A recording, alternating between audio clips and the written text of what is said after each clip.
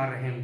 Present indefinite tense हम इस्तेमाल करते हैं मौजूदा वक्त के लिए, जैसे कि मैं बाज़ार जाता हूँ, वो खाना खाता है, अली जो है एक नज़म लिखता है। इन चीज़ के लिए हम प्रेजेंट इंडेफिनिट टेंस इस्तेमाल करते हैं। और दूसरा हम इस्तेमाल करते हैं प्रेजेंट इंडेफिनिट टेंस जो है डेली रूटीन के लिए, जैसे कि कोई बंदा उसका जो डेली रूटीन है वो सुबह उठते ही नहाता धोता है, नाश्ता करता है, उसके शाम तक बिस्तर पर जितनी भी कामकाज है वो रोज़ाना की बुनियाद पर इन कामों को क्या करता जा रहा है, तो इनको हम डेली रूटीन में इस्तेमाल करते हैं। डेली रूटीन को हम प्रेजेंट इंडेफिनिट में इस्तेमाल करते हैं।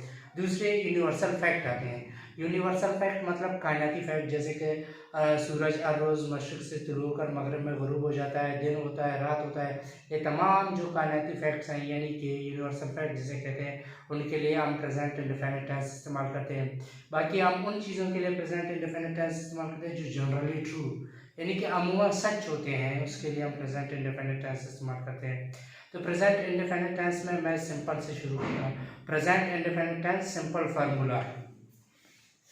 Present indefinite tense simple formula. Simple mean सादा, subject plus first form of verb S E S plus object. S E S हम प्रेजेंट इंडेफिनिट में लगाते हैं थर्ड पर्सन सिंगुलर के साथ। इसके लिए मैंने अलग एक वीडियो बनाया हुआ है, आप चेक करें, आपको इसी चैनल पे मिलता है। एस ई एस कैसे हम इस्तेमाल करते हैं।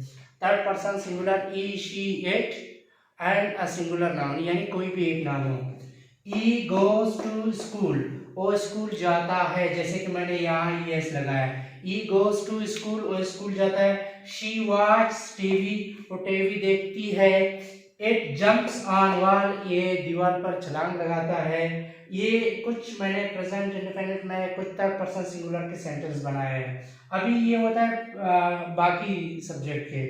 आई प्ले फुटबॉल, मैं फुटबॉल खेलता हूँ। वी लर्न इंग्लिश, सीखते हैं। यू कट द ट्री, आप दरख्त काटते हैं। तो ये होता है प्रेजेंट इंडेफिनिट का सिंपल यानी सादा जो फार्मूला है, subject plus first form of verb S E S I S plus object. I go to school, she cuts the tree. इस तरह के बहुत सारे सेंटेंसेस होते हैं जिसको हम प्रेजेंट इंडेफिनिट में जो थर्ड पर्सन सिंगुलर है उसके साथ S E S I S लगाते हैं। बाकी जो फर्स्ट पर्सन सिंगुलर प्लूरल हो या सेकंड पर्सन सिंगुलर प्लूरल हो या थर्ड पर्सन प्लूरल हो, उनके साथ वर्ब के आखिर में हम S E S I S का इस्तेमाल नहीं करते हैं। तो ये होता है उनका सिंपल। अभी आते हैं नेगेटिव की तरफ से।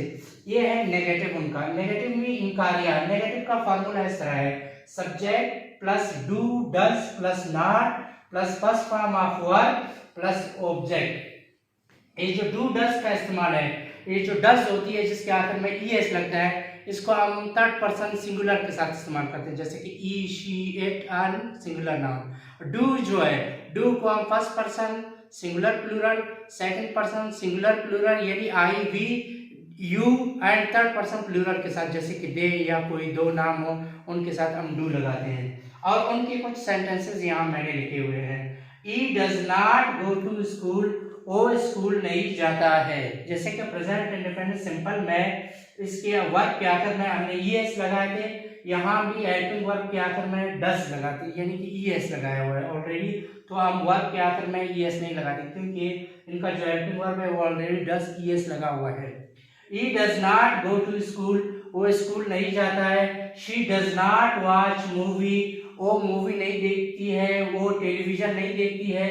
क्यों? क्योंकि इसके वर्ब के आखिर में हमने ई एस नहीं लगाया, क्योंकि नेगेटिव में ई एस नहीं लगते हैं, नेगेटिव में हम सिर्फ डज लगाते हैं। बाकी जो सब्जेक्ट के उन्होंने मैंने जो I do not play cricket, मैं क्रिकेट नहीं खेलता हूँ। They do not read a book, वो ये किताब नहीं पढ़ते हैं। We do not go to centre, हम सेंटर नहीं जाते हैं। They do not cut the tree, वो दरख्त नहीं काटते हैं। जितने भी बाकी सब्जेक्ट है यानी थर्ड पर्सन सिंगुलर के अलावा बाकियों के साथ हम डू लगाते हैं, जैसे कि ये है, इसके साथ I we they and double noun यानी दो से ज्यादा नाम हो, इसके साथ he she it and singular noun यानी एक नाम हो, इसके साथ हम डज लगाते हैं। तो ये होता है नेगेटिव, प्रेजेंट इंडेफिनिट का नेगेटिव है। हम आते हैं अभी इंट्रोगेटिव की तरफ। इंट्रोगेटिव यानी कि सवालिया। प्रेजेंट इंडेफिनिट टेंस का जो इंट्रोगेटिव का फॉर्मूला है वो ये है, डू डज यानी हेल्पिंग वर्ब जो होते हैं उनको हम पहले ले आते हैं।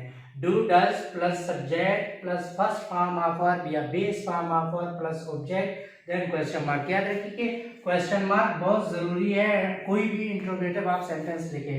डायरेक्ट क्वेश्चंस के लिए क्वेश्चन मार्क का होना बहुत जरूरी है। Does she go to centre then question mark. Does she go to centre, क्या वो सेंटर जाती है। डज ही वॉच मूवी, क्या वो मूवी देखता है। Do I right a poem, क्या मैं एक नज़म लिखता हूँ।